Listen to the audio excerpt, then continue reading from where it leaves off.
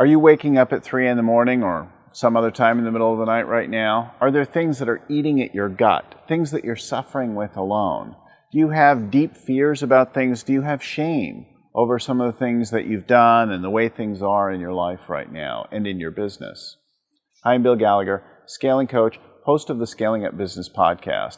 At scalingcoach.com and on the podcast for Scaling Up, we've got hundreds of tools and ideas and stories to help you get scaling up more efficiently and more effectively with more profit, more cash, to make the whole thing a whole lot better.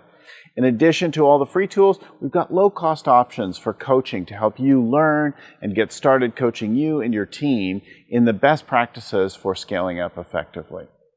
So, I don't know about you, but and what kinds of crises you've been in. But in the aftermath of 2001, when I'd pushed things out and I'd kept the company afloat with a fair amount of debt, I found myself suddenly facing the music. The bank called me up and wanted to shut me down, and since there wasn't enough in the business, they wanted to take my house, and that freaked me out and had me thinking about not only losing the house and the failure of the business, but then ultimately like the failure of my marriage and that I'd become a weekend dad. And if you asked me, that's really what kept me up at night.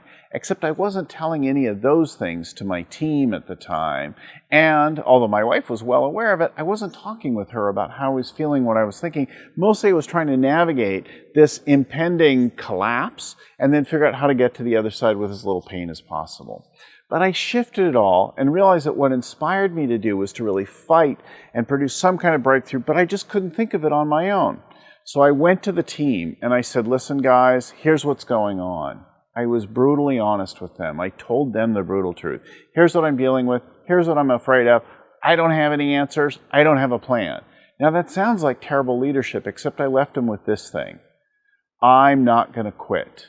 And if you'd like to help me solve this, I really welcome your help. I don't know how to do this on my own. Maybe together we can figure it out. Here are some of the things that we've got. Well, I laid stuff all out with them, and together we actually found a way to have the breakthroughs that we needed.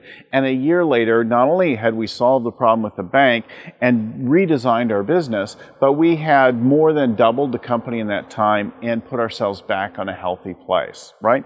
I thanked the team appropriately, but the key is this.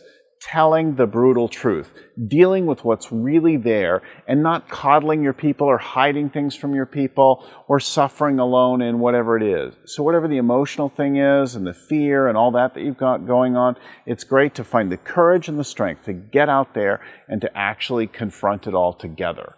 You and your team together can think of things that you can't do on your own.